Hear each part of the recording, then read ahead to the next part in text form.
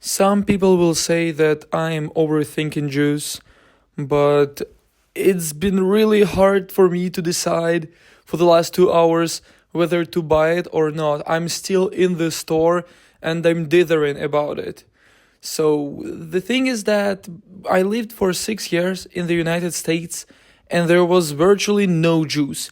It was either some bland factory produced juice or without any flavors, or it was some premium class $10 to $15 per liter juice, which is not an everyday drink.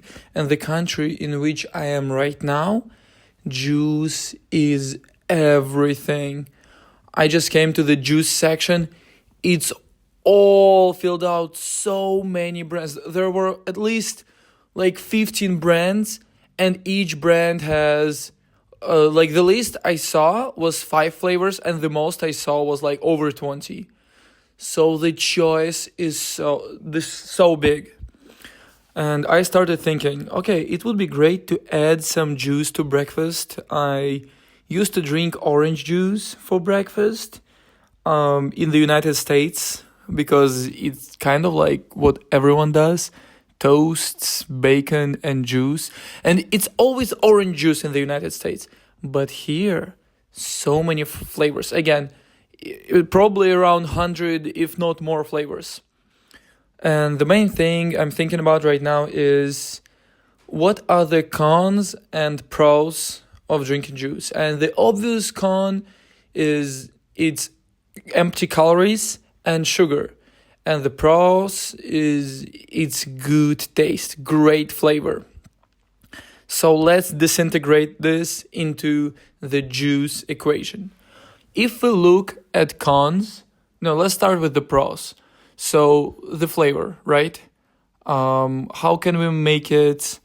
Let's reframe it a little bit. Good flavor. Imagine I wake up, drink some nice juice. I'm happier. Cause what? Cause I get additional dopamine. Water is fine if you're thirsty, but it doesn't give you anything. You don't feel anything drinking water. Drinking juice makes me personally so happy. So it adds to my happiness. That's a pro.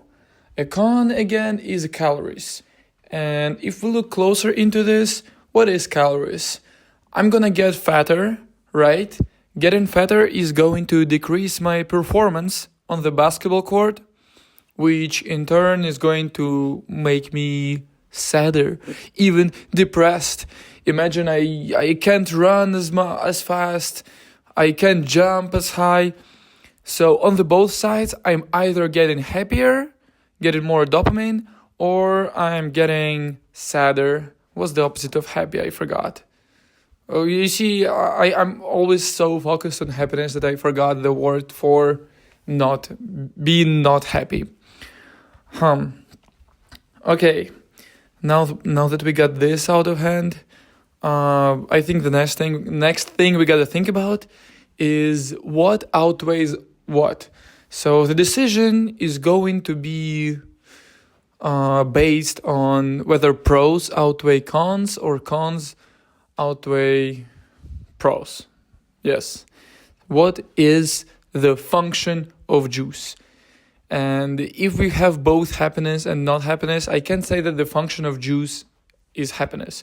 So, if we write it in an equation, it's happiness y equals function of x, function of juice, but it's also not happiness. Well, the value can be either positive or negative. Yeah. So I need to see whether the value is going to be positive or negative. And it also depends on the volume of juice. Because, the more you drink, initially the dopamine decreases and then you get less additional shit. There was this thing for unit of satisfaction in economics. Oh, utility. I think, yeah, I can build the utility function. That's what I studied economics for. So next thing, happiness, right? So people might argue, and of course I argued it first because I thought about it, that happiness, it's not happiness, it's more contentment, and not even that. The value of the juice, the utility is going to be momentarily or momentarious, whatever the word is, which means I'm gonna be happy for like 1 minute at most, and then I'm not happy anymore. Dopamine levels just go down. How do I counterattack it? I take picture of my breakfast. I love taking pictures of the foods I try so that I remember them. And so imagine I have breakfast, which is a plate with an omelette, bread, avocado, kiwi. There are so many things I eat to trying to be healthy, just a lot of diverse foods.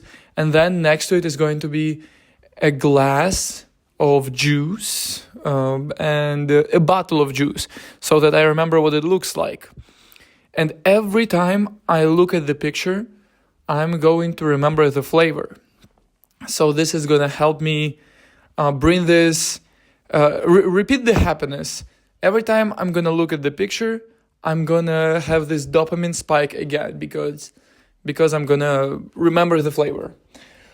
But now that I'm discussing this, I think it works the opposite way too, which is when I look at the picture, it's an evidence, it's a reminder for me that I'm not eating healthy enough. I will look at it, I will probably get some dopamine from remembering the flavor, and then, which is the positive value, and the negative value is going to be from me seeing that I'm actually not dedicated to fitness eating. Yeah, so it's 2-1, I guess, and the value of happiness is negative, but I still want some juice. And now I'm thinking, did I just become the victim of marketing? Because I lived without juice in US. So, I mean, rarely, seldom, if I must.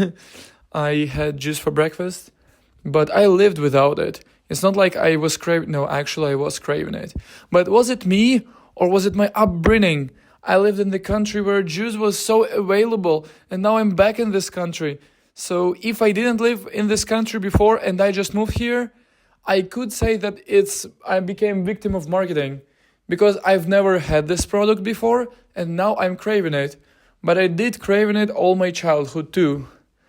So I think I'm not a victim of marketing here. Oh my God, why is it so difficult? Yeah, it's probably easier to just buy juice. I think one box will last me 3 days, 3 breakfasts. So I'll try to drink juice for 2 weeks and see how it will affect me. Now that I discussed all of this, I will always remember, like, something bad happens, I sprint and I finish dead last, I'm gonna be blaming juice. I don't know what kind of bias is it, not survivorship bias, something else, but I'm gonna be blaming the juice. Now I have a perfect target for blaming. Oh my God, it got even worse. Yeah, so I think I'll just try getting some juice and we'll see how it goes.